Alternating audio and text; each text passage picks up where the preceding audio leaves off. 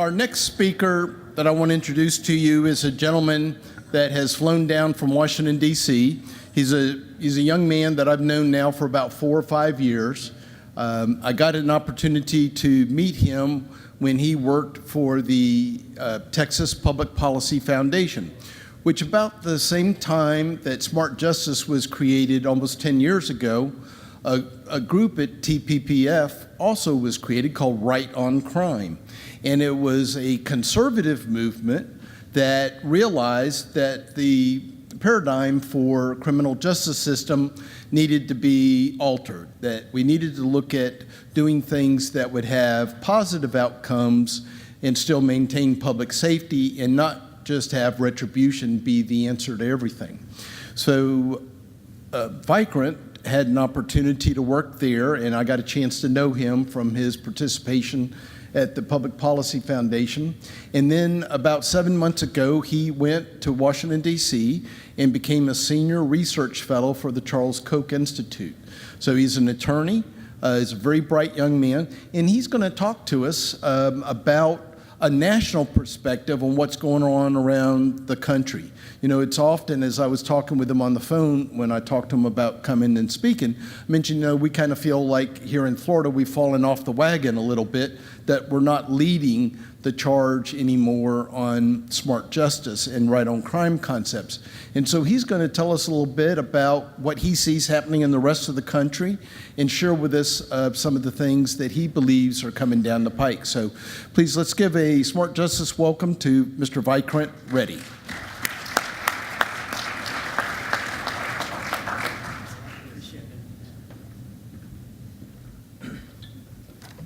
Hi, it's great to be here today. I was really overjoyed whenever Barney invited me to come and speak. I always love coming down to Florida. As he mentioned, I'm actually from Texas, and I was talking to Ed Dean outside, and he said, well, you know, Florida and Texas are cousins.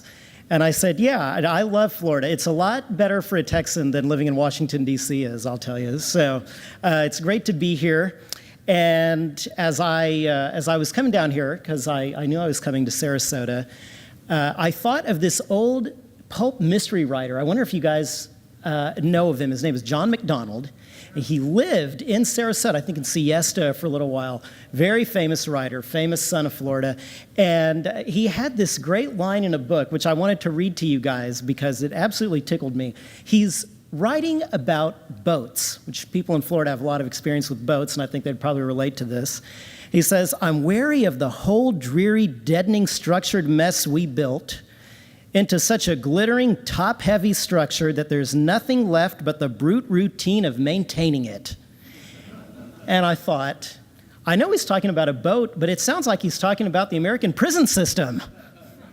I mean, listen, it's a whole dreary, deadening structure. It's top-heavy. There's nothing left but the brute routine of maintaining it. That's where we are in the country in terms of our prisons right now. I think a lot of Floridians would say that's where we are here in Florida also.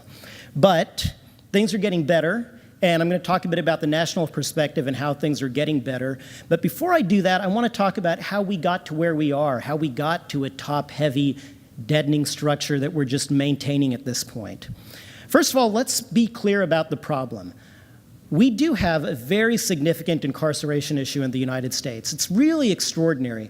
One of the most common talking points that you get is, well, you know, we lock up more people in America than they do in Russia, than they do in Iran, than they do in North Korea. I wouldn't necessarily get involved in all that because I don't trust the numbers that come out of those places. But I say, let's be reasonable about our arguments. Let's take countries that any reasonable human being can compare to the United States, places that have similar legal systems, similar common law traditions, places like England, places like Australia, places like Canada, and just look at the numbers for a moment. In England, 148 out of every 100,000 people are locked up. Criminologists measure these things out of how many 100,000. So it's 148 in England. In Australia, the figure is 151 out of every 100,000, okay? In Canada, our neighbor just north of us, the number is 106. So the numbers here are dancing around 100, 140, 150. What is it in America? We all know it's more. 160, 200, 300. In America, the figure is 700. 700 out of every 100,000 Americans are in prison. That's compared to our cousins in the UK and Canada and Australia. And by the way, I just selected those three countries. I could have taken a country like France. That's also kind of a fair comparison. In France, it's only 100 out of every 100,000. In Japan, it's only 48 out of every 100,000. Now, maybe we're never going to get to where Japan is, but it's perfectly reasonable to expect that America should be where Canada, Australia, and Britain are. Here in Florida, I'm sad to say the situation is actually even worse. It's 788 out of every 100,000 in this state alone. Some states are better than others here within the US. So we have a real significant issue in the United States with the sheer number of people who are locked up. But it wasn't always this way. There was a time, 1950s, 1960s, which is when the numbers on this kind of stuff start getting really good, that America was really not that different than a lot of other Western, developed, industrialized nations. But things started to change around 1968 or so. I mean, you can really pinpoint the number. Late 60s, 70s, 80s, 90s, things really start ratcheting up in terms of incarceration. But they happen for a perfectly good reason. They happen because crime rates start to escalate. If people tell you that it's a myth, it didn't happen, don't believe them. In fact, nobody in Florida should believe it because a lot of where all of this was happening was in New York City. And there are a lot of New Yorkers in Florida, I know that. I was in my cab yesterday. I was asking the cab driver as I came to the hotel, so tell me a little bit about Sarasota. And she said, well, you should think of it as a big suburb. I said, a suburb of Tampa? She said, no, a suburb of New York. I said, all right, well, then I'll talk to the group tomorrow night a little bit about what happened in New York in the 1970s and 1980s. I know a bit about it because my grandfather's brother lived in New York in the 1980s. He was mugged 5 times in Manhattan. Okay, people remembered these dreadful stories. There was a Time magazine cover that said, "The Rotting of the Big Apple." And there was a cartoon that had pictures of people being mugged, peep shows, murders, all these awful things that happened in New York City. There was an urban crime epidemic throughout the United States, and it was centered in the national imagination in New York. And you saw it kind of reflected in pop culture, right? A movie like Serpico was about a really tough cop who decided he wasn't going to play by the rules because crime was out of control. And he had to take matters into his own hands. This is just kind of the way that life was, is the way that the culture was. One of the most famous stories from that period, I think from the mid-'80s, was about Bernie Goetz. Rode the subway in New York. He was accosted by 4 young men, and he shot them. And people thought immediately, oh, well, gosh, everybody's going to get mad at Bernie Goetz. No, Bernie Goetz kind of became a bit of a vigilante hero because a lot of people said, yeah, you ever ridden the subway in New York? It's terrifying. This is really, really awful environment in the United States at that time. So people said, we've got to do something to crack down on crime. And so the solution was, well, let's start locking more people up for longer periods of time and get the crime situation under control. I don't know whether that was the right thing to do or not. I have a hard time criticizing politicians who had a very difficult job and a very difficult situation to bring under control during that period. But what I can say unequivocally is that it's not 1980 anymore. It's not 1990 anymore. It's 2015. And crime rates throughout the United States have been plummeting for 20 years. And you can reach a point where your tough-on-crime pendulum sort of swings too far, and you've got to pull it back to a reasonable place. And I think we're probably at a point right now where the very heavy-handed, incarceration-heavy policies can be pulled back a bit, and we need to start focusing on the problem of excessive incarceration, because that's really what we're dealing with as a nation right now, rather than the problem of very high crime rates. Now, one of the big critiques that you'll get from people is they'll say, well, is it possible that maybe all those things that we did in the 1970s, 1980s, and 1990s are actually what caused crime to go down? In that case, maybe it would be terribly mistaken to unravel all of that. Well, the problem with that argument is that crime actually went down throughout the Western world during the last 20 years. Went down in Japan and went down in nations of Western Europe, went down in Australia, it's gone down in Canada. And all of these nations didn't follow the same policies that the United States followed. So I think most criminologists would tell you, yes, something like 25 to 33% of the crime drop of recent years can be attributed to what we did in terms of incarceration. But there are all sorts of other reasons that crime went down. Big, broad sociological trends, the kinds of things that sociologists and criminologists are studying around the clock right now. This is one of the biggest questions in the field, is what happened? What caused crime to plummet like that? There are all sorts of fascinating theories out there. One just has to do with demographics. People say, people just started getting older. They aged out of crime. Everybody knows that crime is a young man's game. I do mean young and I do mean men. That's who commits most of the crimes. Some people have made the argument that we had a terrible crack epidemic throughout the 1980s. And what you really need to do was to just get the crack problem under control, and then you would see the crime problems resolve themselves. I'd mentioned that I was on Ed Dean's radio show a moment ago. We were talking about this old firing line clip. You guys remember the old William F. Buckley TV show on PBS? He was talking to Charlie Rangel, a black congressman from Harlem, represents the area of Harlem in New York City. This was an extraordinary little clip of American history because there's sometime in the late 80s or early 90s, and Mr. Buckley is talking about how he's a bit of a libertarian, he was, and was concerned about some of the heavy-handed drug policies. And Charlie Rangel, probably the most prominent member of the Congressional Black Caucus, said, "Mr. Buckley, I live in Harlem. You don't know what crack is doing to our community. You have got to get tough on this substance."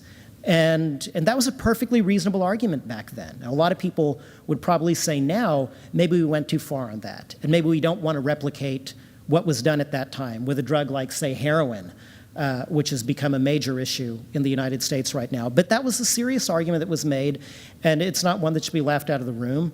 The crack problem was a very big deal. Some people have argued that the amount of lead in common household products, gasoline, paint in the inner cities, that was scrambling the minds of young people. And that whenever you started moving towards getting the lead out of products, you had a major step forward in being able to reduce crime rates. And the years that people measure this stuff with line up really well. That's a very provocative and interesting theory. Some of these theories are really quirky and almost funny. There's a theory I read the other day about how nowadays we just carry around less cash. A lot of people carry credit cards, and over time, muggers have come to realize that you don't get as much bang for your buck out of robbing people because they usually don't have as much cash as they used to. I read another really funny theory about how young men who normally were outside just causing mayhem when they got bored find themselves inside on the internet or playing video games these days. And that kind of thing, there's a lot more of that over the last 10 years than there was in 1970. Nobody really knows. People are studying all of these things, and most likely it's a little bit of everything at the end of the day. But it's only a small portion, like I said, 25 to 33% that can be attributed to those heavy-handed incarceration policies. What kinds of policies were those? You guys probably know that one of the big ones is a heavy increase in the use of mandatory minimum sentencing. And again, I think it's very difficult to criticize people who had difficult decisions to make at that time because these kinds of things, there were reasonable arguments behind them. We know now that perhaps they were mistakes, but at the time people said things like, well, when a young black man and a young white man come before the judge and they've done relatively the same thing, we come to find that the young white man walks away with a lower sentence than the young black man walks away with. So why don't we standardize the sentences across the board? That way everybody gets bare minimum this same kind of sentence. It's a perfectly plausible argument, but I think we've come to find over many years that you actually end up doing more harm than good when you take that kind of discretion out of the hands of judges. What we've found actually is that basic political instincts and political realities kind of kick into gear, right? When you're running for office, actually let's take it a step back. You're debating what the mandatory minimum should be for something. Should be 2 years, 3 years, 4 years. I don't know, some guys say 2, some guys say 4. You compromise and you say 3. But then somebody comes around 4 years later, runs for office and says, I'm Mr. Tough on Crime. I say we double that 3 to 6. And then somebody else comes around 4 years later and says, no, I'm real tough on crime. I say we double that 6 to 12. And the guy who's running against him is like, why don't we double that to 24? All of a sudden you're looking at a 20-year sentence Whereas 10 years ago, you were talking about whether it should be a 2, 3, or 4-year sentence. Things went completely out of whack because you set those perverse incentives into place whenever you establish the mandatory minimum, when you effectively let the legislature, rather than the judiciary, decide the sentence. That was a big mistake. Another big mistake that was made was getting rid of policies like parole. Parole is an incredibly important part of the criminal justice system. It's an incredibly important part of the public safety system. I don't think this is fully appreciated. You know, people go into prison. It's always going to happen. You're never going to get rid of that issue. There'll be some level of criminality in society. But most of those people are going to come out. And when they come out, they'll live next door to you and me. And we've got a public safety question on our hands. What are we going to do to get those people into a position where they can succeed again, where they're not going to hurt us, where they won't recidivate? And so when you do things like get rid of parole and get rid of that kind of reentry process where in a structured, measured, methodical way you help people get back on their feet, all you've really done is shoot yourself in the foot public safety-wise. We did things like get rid of treatment and rehabilitation inside of our prisons because we decided we were tough on crime. And I'm just not sure in the slightest how that was helpful. How when you take an individual who's got a chemical addiction and you say, sit in this cell, this steel cage, they're going to kick the chemical addiction. That's not going to happen. They'll come out of there at some point. They'll still have the chemical addiction.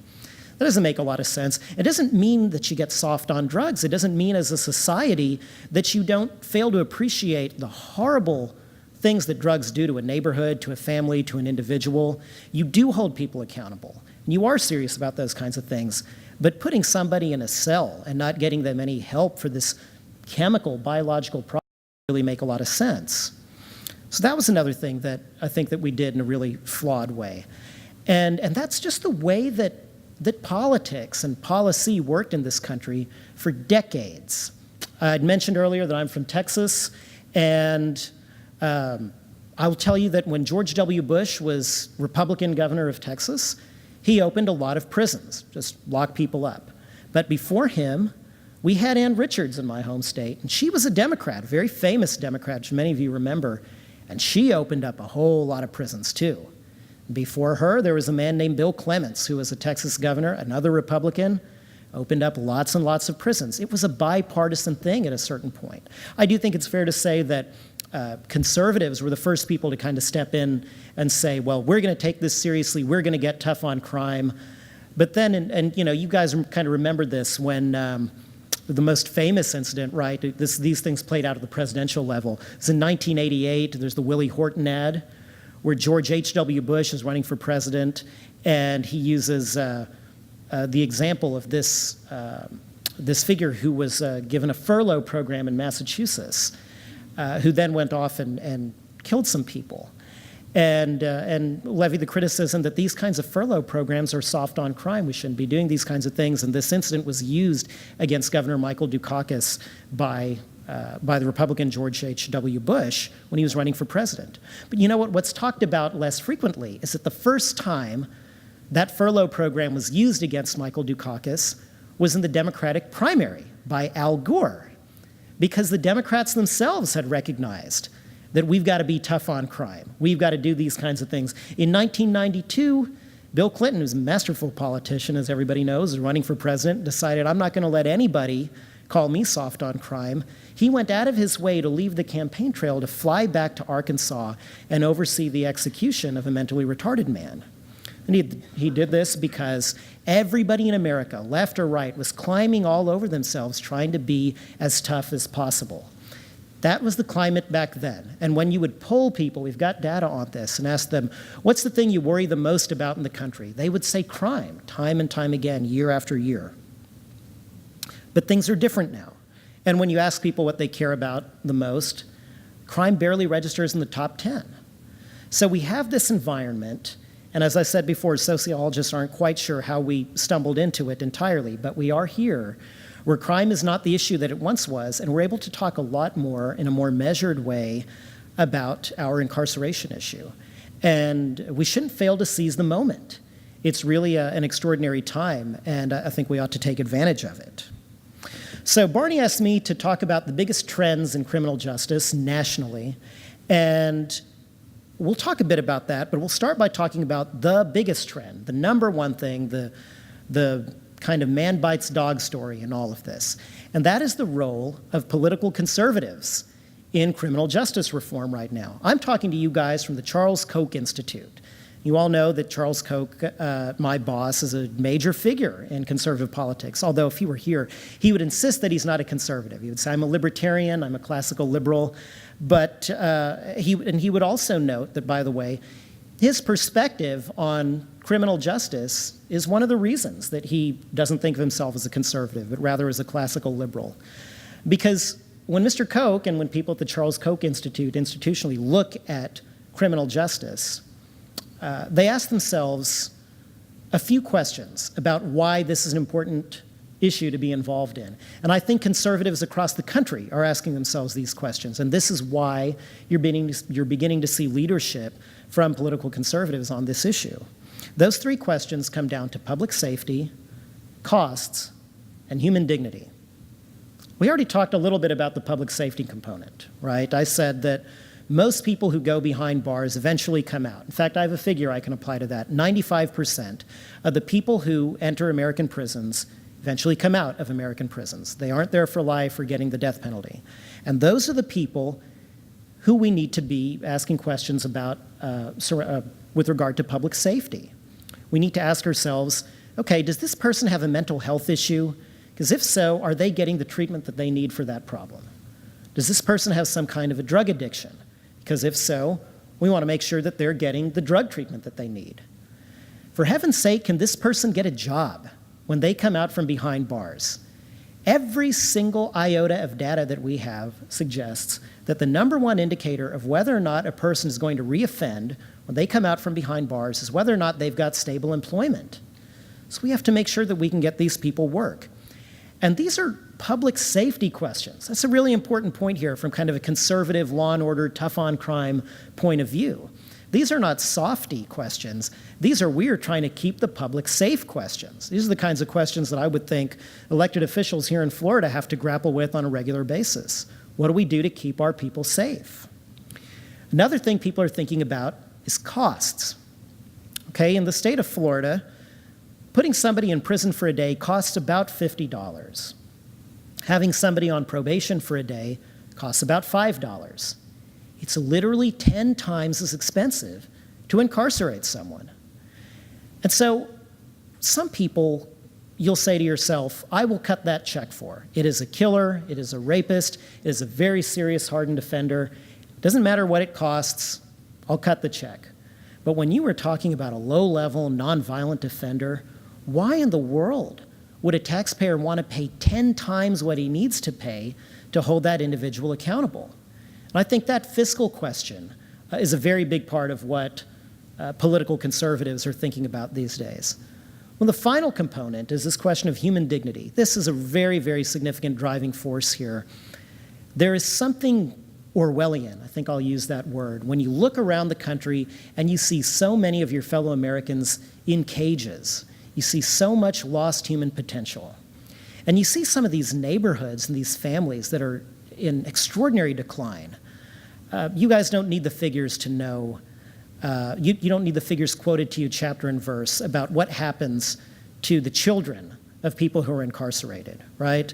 Higher rates of drug addiction, lower rates of graduation from high school, higher rates of teenage pregnancy, a much higher likelihood of going to prison yourself if you're a child in that kind of a circumstance. And we have neighborhoods across America right now where a third of all the young men in those neighborhoods are behind bars.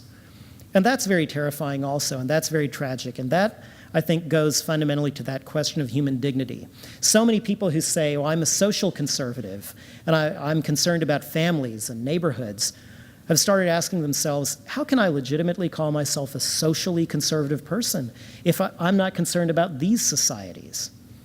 And so those things have really begun to drive the narrative on the right side of the political aisle nationally. The public safety question, the cost question, and the human dignity question. And for that reason, we'll start moving into happier notes. you've seen really extraordinary change across the country over the last several years. From 2008 to 2013, this state, Florida, has managed to cut incarceration by 6%, while also cutting crime by 26%. Now, a lot of states have done better, but Florida has done a good job in that regard, and we should be happy about that.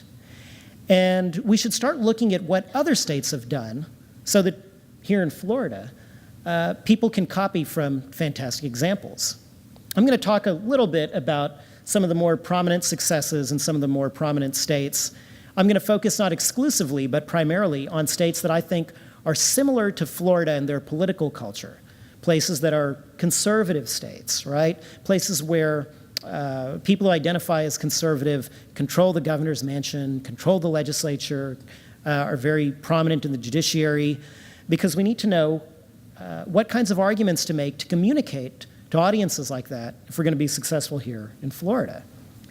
And I think before I get into talking about some of these states, I want to say something really important that I want everybody here to understand. If you work in this field like I do, you're a criminal justice reformer, Florida is considered a very big deal. We call Florida the great white whale. We do, Florida is, first of all, it's just a matter of numbers. Florida's big, okay? If you can help as many people as possible, you get as much change as possible. So the most important states are the biggest states: New York, California, Texas, Florida. I was just talking to Barney. Barney said, actually, I'd said, Florida's like the fourth biggest state. Barney said, no, we're third. We just passed New York. And it's a very big deal. There have been some significant successes in California in recent years. Texas has had some extraordinary successes. We'll talk about those momentarily.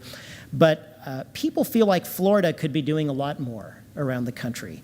And people feel like if we could just get Florida on the right track, the track that Texas, for example, is on right now, it would be an enormous game changer for the country, absolutely enormous. So if you go to conferences like this in Washington and New York, people talk about Florida all the time. I hope people in this room appreciate what a big deal you are in this community.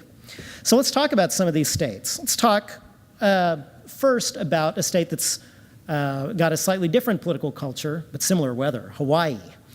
Hawaii has instituted a program called the Hope Court that I think many of you will be familiar with. The Hope Court is structured around a philosophy that I want to really focus on for a moment, the philosophy of swift and certain sanctions. Here's how the Hope Court works. Under Hope probation, if an individual is brought in for some kind of a drug crime, the judge, Judge Stephen Alm, will say to this individual, look, we can start this process going. We will drag you through the criminal justice wringer. You will probably go to prison. You're going to have your entire life in disarray. Or we could do it differently. I'll let you go. But I will bring you back into my courtroom randomly, and you'll have to take a drug test. And you will have to pass that drug test. If you do not pass it, then you go away for the weekend. You go away for 1 week. You are just, there are no questions about, long-winded appeals and all of these kinds of things. We're going to hold you instantly accountable. The sanction is swift and certain. Hawaii has had an 80% success rate, 80% meaning that 80% of the people who come in on those randomized drug tests pass them. It's an extraordinary figure. But what's even more extraordinary than the 80% is kind of the 20%, because you've just identified the people who have a real serious drug addiction. The individuals who, even when given all the incentive in the world to kick the habit, can't seem to do so. So when you've got limited resources, as any government does, you can target very narrowly those limited resources towards the people who need it most. And the philosophy here is something that should be understandable to any parent. You have a kid, the kid, pick a minor crime, steals from the cookie jar. And you tell the kid, don't do that again, but ignore it. Don't do that again, but ignore it. Don't do that again, but ignore it. And then like on the 10th time, you say, that's it, you're grounded for a month. That's an absurd way to do punishment. The first time the kid steals from the cookie jar, swiftly and immediately, you give him a short punishment. You say, okay, go sit in the corner for 10 minutes. That's the way parenting works. That's the way that criminal justice actually works in a much more sensible fashion. People respond to these swift and immediate sanction models because normal human beings are thinking to themselves, it's Thursday night, it's a party, somebody's passing around cocaine, and they say to themselves, you know, what I really want to do on Saturday is watch the Florida State game. And I do not want to be behind bars for that. So I'm going to go ahead and take a pass. What I really want to do is go to my brother-in-law's cookout. What I really want to do is go to my kid's Little League game. It's these immediate things that you can see right in front of your face just a day or so away that you respond to. That's the way normal human beings are. And so this swift and certain sanctions model, there's actually an old treatise on this. It's written in the 1700s by this Italian, Cesare, I always say Beccaria, but I think it may be Beccaria. I don't speak Italian. But this is a very prominent philosopher. People think of him as the first criminologist. He wrote in the 1700s, is considered an Enlightenment figure, and his work on crimes and punishments was actually read and cited in some occasions by the founders of this country, people like John Adams and Thomas Jefferson, a very significant figure. But somehow, over the course of many centuries in the last several decades, we lost that wisdom. Well, we're in a time now where we can pull it back, I think. Another state to talk a lot about is Texas. Texas, in the year 2007, was facing a very interesting crisis. They had the Legislative Budget Board, kind of the in-house number-crunching think tank of the state legislature, come before the members of the state legislature and tell them, look, Texas is growing very rapidly. People are coming here all the time.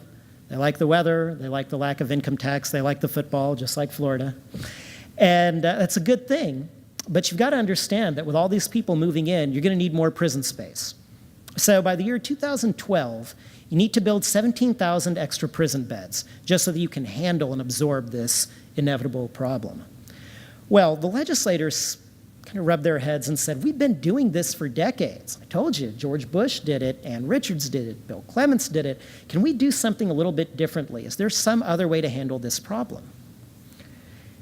And many of the people who work in think tanks in Texas, many of the judges who actually see these things up close, many of the reformers said to the people in the legislature, well, one thing you could do is look at getting better about your parole and probation systems.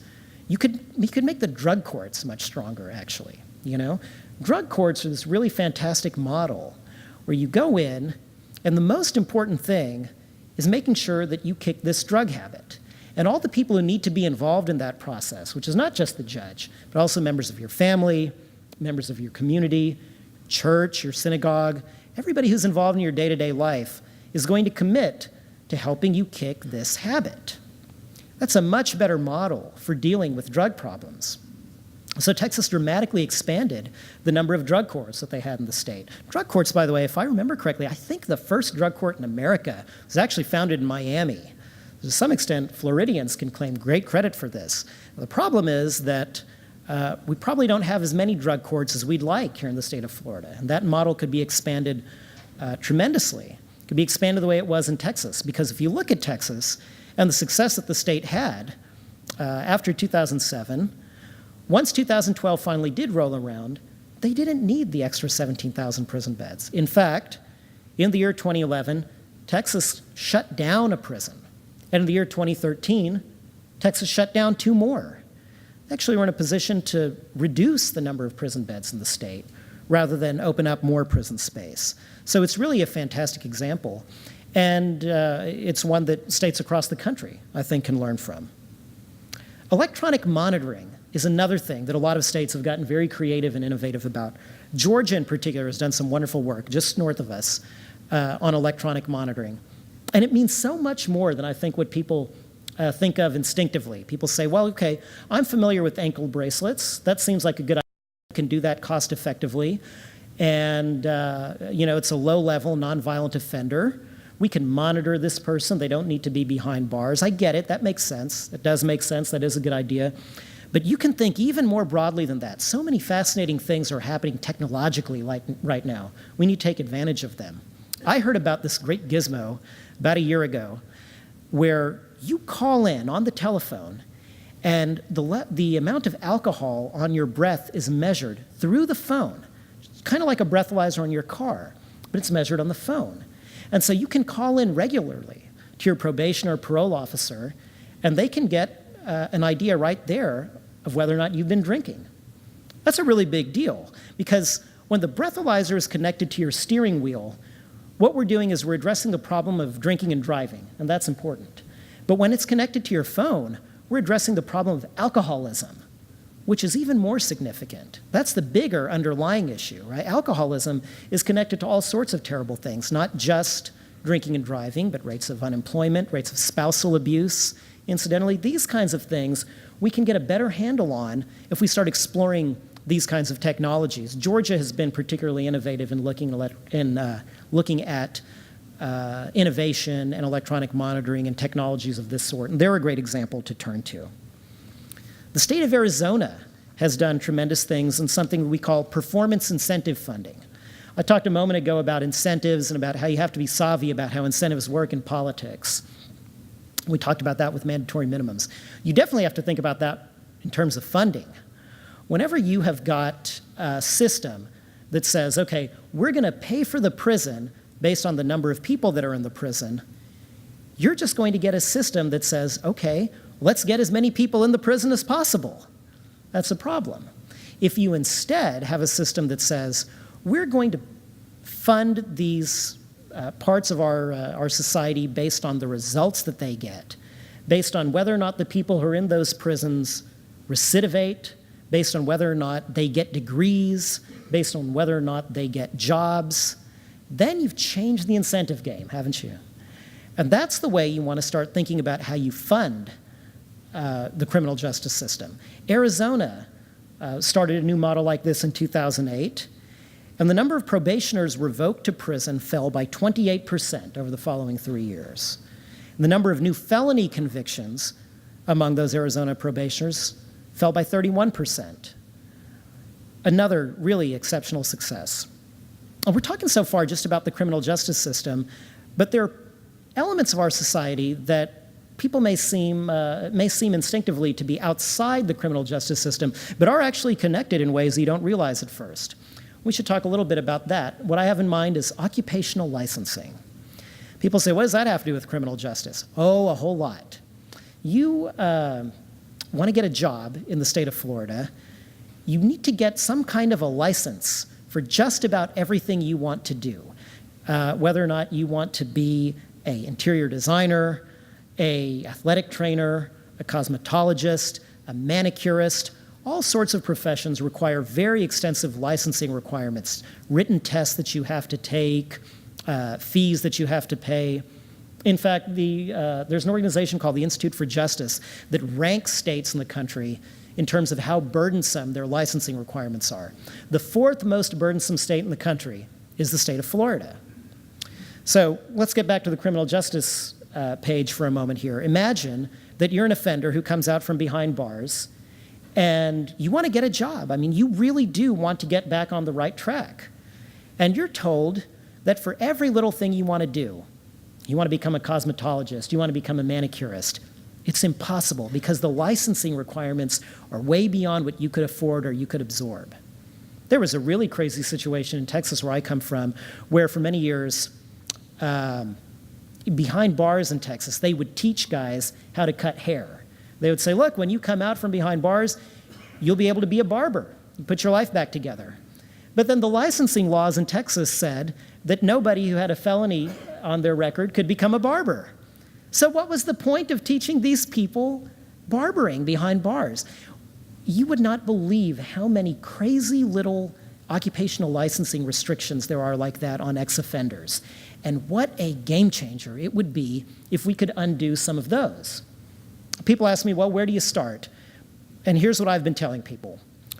A few months ago, the president, and I'm not often in the business of praising the president, but you got to give credit where credit is due. He did something really impressive a few months ago. The White House issued this report on occupational licensing nationally. They identified, I think it was something like 1,200 or so occupations throughout the country that have got some kind of license attached to them. only about 100, closer to 200 or so of those occupations had licenses that existed in all 50 states. Okay, so those licenses seem pretty legitimate. Those are probably licenses to perform brain surgery or practice law or something like that. But those other 1,000 that are in the White House report, let's start there. Let's start looking at undoing a lot of those, because there are plenty of states that are apparently getting by without having the license just fine. I think that's a great place to look, and that's something that doesn't seem as intuitive to a criminal justice reformer, but I think is very, very important. Some of you who've been following the national dialogue on all of this, probably following civil asset forfeiture, another very important and very powerful area that a lot of people in the criminal justice area are looking at. Civil asset forfeiture, most people are probably familiar with. This is the process whereby the police can take your stuff. It's not really that much more complicated. What happens is you get pulled over. You're told that because of a suspicion that the officer has about your very nice car, this unusually large amount of money that you have in the car, the property is going to be seized, and you have to jump through all sorts of hoops to get the property back, even if it was found that it was totally innocent. It was your car, you did nothing wrong. It was your money, you did nothing wrong. You're not a drug dealer or anything of that sort.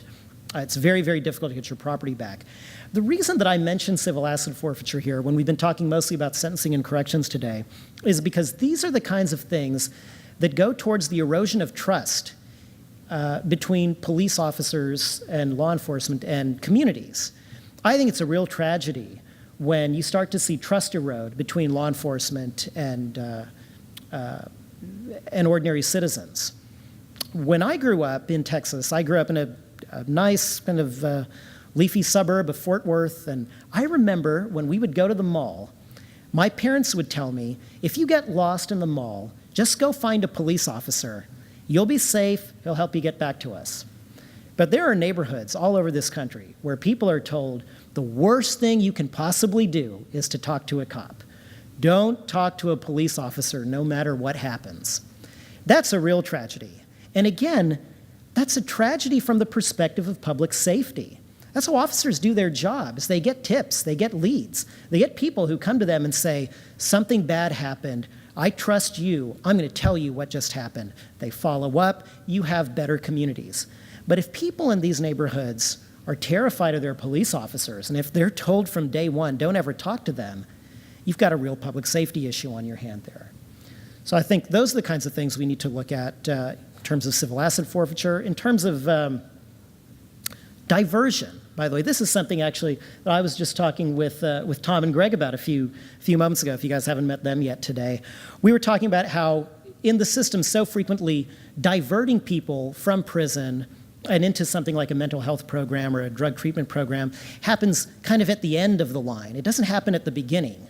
But there are all sorts of ways that if you do it sensibly, you could get better diversion at the beginning. And the people who are actually best positioned for this kind of work are, again, the police officers, the folks in law enforcement. There's this kind of narrative that has emerged in criminal justice reform that I reject out of hand completely. It's this notion that you've got the reformers on one side, this is the team A, and then you've got the cops and the prosecutors and law enforcement on the other side. That's team B. And the two teams are opposed to each other. That's crazy. The teams are not opposed to each other and shouldn't be opposed to each other. The people on the reform bandwagon who are savvy about these things understand that all the best information about the system is held by the folks in law enforcement. So, speaking of diversion, I'll give you an example. The police officers know, you can ask them, that there are certain people who just cycle in and out of the system on a regular basis. They know these folks by name. They know the exact street corners that these guys hang out on. You know, there'll be a guy, when I lived in Austin, I'll give you a concrete example. There was this guy who always hung out outside of this Starbucks, corner of Congress and 9th Street in downtown Austin. He was generally harmless, but he was kind of a weird guy. He would do these odd dances and things like this. Every once in a while, he would go inside the Starbucks and he'd just start yelling at everybody and, it'd freak the patrons out. They'd have to call the police. They would take this guy to I don't know where. About 3 or 4 months later, that guy was at that same street corner again.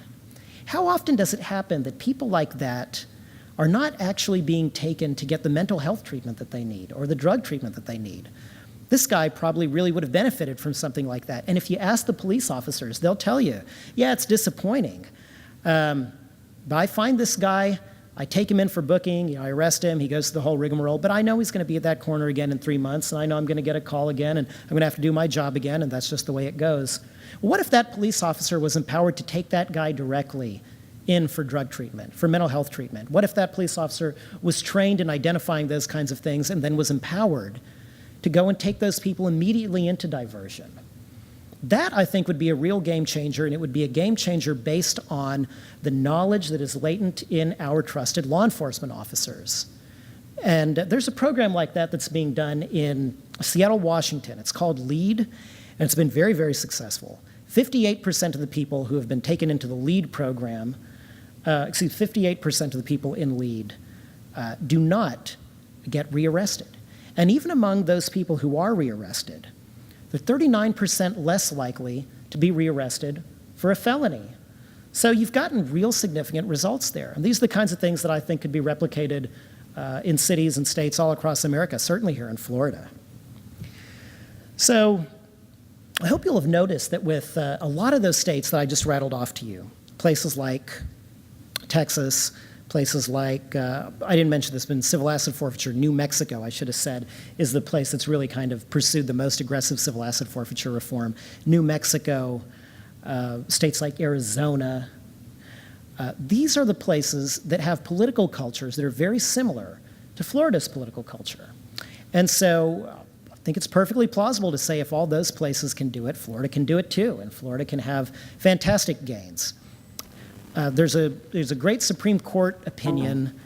I forget the name of the opinion, but the justice who wrote it was Louis Brandeis. Everybody knows this little bit of language.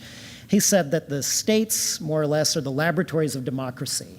And when states do something well, the other states learn from those successful experiments in those democratic laboratories, and they replicate them. And that's the kind of thing we're seeing across the country right now.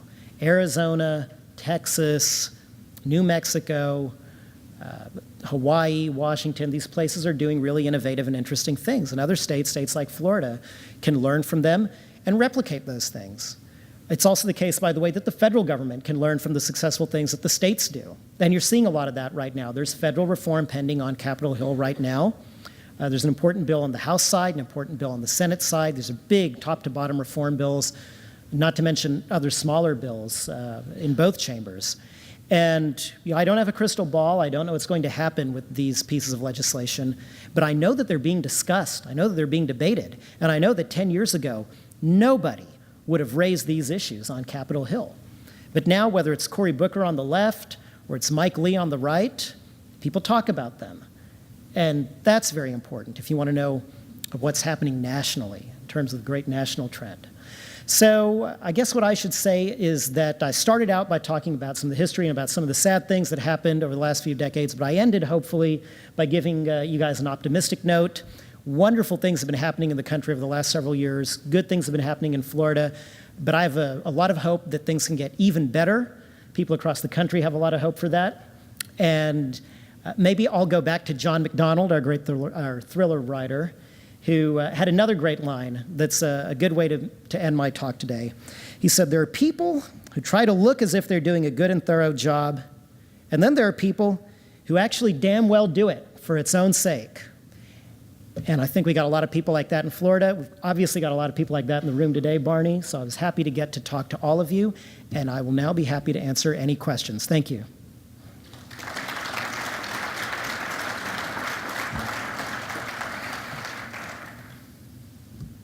I know it's been a quiet crowd this morning, but don't be shy. Right here.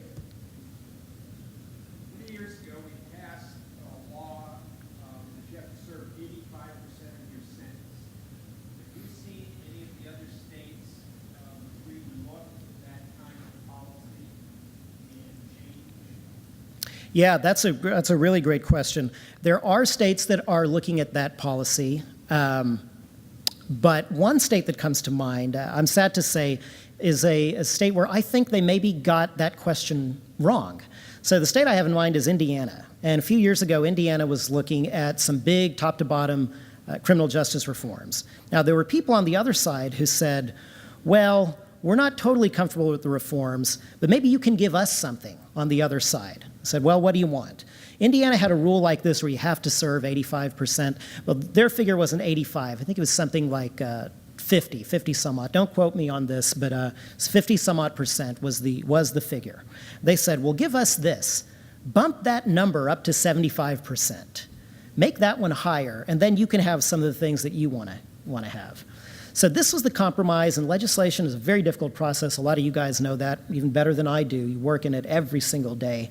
And sometimes you have to make tough compromises. But what really worries me is that Indiana may have made a compromise where they actually lost more than they gained. Because when they bumped that figure up from 50 to 75%, they just actually ratcheted it up dramatically, the number of years behind bars that people are spending.